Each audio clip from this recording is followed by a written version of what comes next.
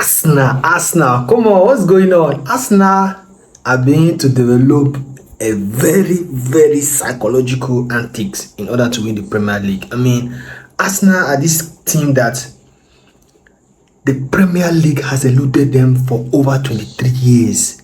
And Arsenal this time around, they said by hook or by crook we must win the English Premier League.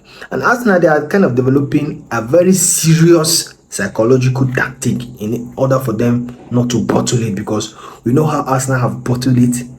I mean, for the past couple of decades, Arsenal were so close to winning the Premier League. I mean, I think the last 5 seasons, Arsenal finished as runner-up in 2 or 3 occasions out of 5 seasons. But that is by the way. But this time around, Arsenal have 9-point gap clear of Man City. Although Man City have a game in hand, but here's the twist. Arsenal have 9-point gap over Man City, and Arsenal have just 7 matches to go. And guess what? We are in the international break, and in this international break, some Arsenal key players have been able. They have put out. And latest is Hincapi. This Arsenal player have also put out of the international break. You know, this international break, at this point in time in the season, the World Cup is just 2 months to go. And remember that the final game of the EPL season, I mean, across Euro Top 5 League, we played ending of May. And now we have almost 2 months, less than 2 months to go to the end of the season. So Arsenal do not want to risk any late injury drama that will put a dent or, or try to, mar their season, because I'm sure that Arsenal are going to make a documentary about this, But then again, look at what's happening. Let me take a look. Let me run you down across the list of Arsenal players that they have decided to, move out of the international squad.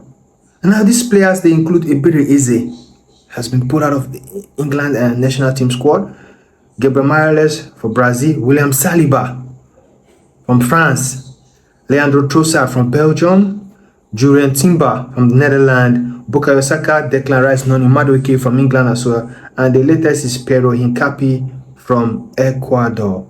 Come on, this is so serious. I mean, these players are Arsenal key players, and Arsenal do not want to gamble with their players. I don't know the kind of arrangement Arsenal have with their, with the national team coaches or the physiotherapists. But then again, I see this as a very, as a good tactics. And they say that anything that is worth doing well. And a way that I think that this is quite legal or valid is because these teams here, like England, Brazil, Belgium, France, I think Ecuador, they have all, I think they are already assured qualification in the World Cup. So they are not going through the playoff route. They're not going to the playoff route, right? Now, if they're not going to the playoff route, this means that this friendly match are not that significant. The coaches can use other players to substitute them. So now this is not a qualification match, World Cup qualification match or international competition qualification match. This is just an international friendly that the only thing I think this can only do to the national team is just maybe to increase maybe their FIFA coefficient ranking. That's it. Aside that, nothing else. So for Arsenal players to get withdrawn for the squad, this has to be one of the most amazing. This has to be one of the most amazing tactics that Arsenal have employed. We see PSG also doing the same thing by trying to ask the Ligue 1 Federation to enable them to postpone some of their league matches in between a UEFA Champions League tie, like the one they had over Chelsea. They defeated Chelsea 8-2 over 2 legs. We saw how they didn't play a match in between those fixtures, and now they want to attempt the same thing against Liverpool. But then this thing Arsenal is doing is very remarkable. And I'll tell you what, since Arsenal have been able to do this and are injury-free at this crucial period, man, it's a wrap-up. The Premier League is a wrap-up. As an Arsenal fan, start jubilating.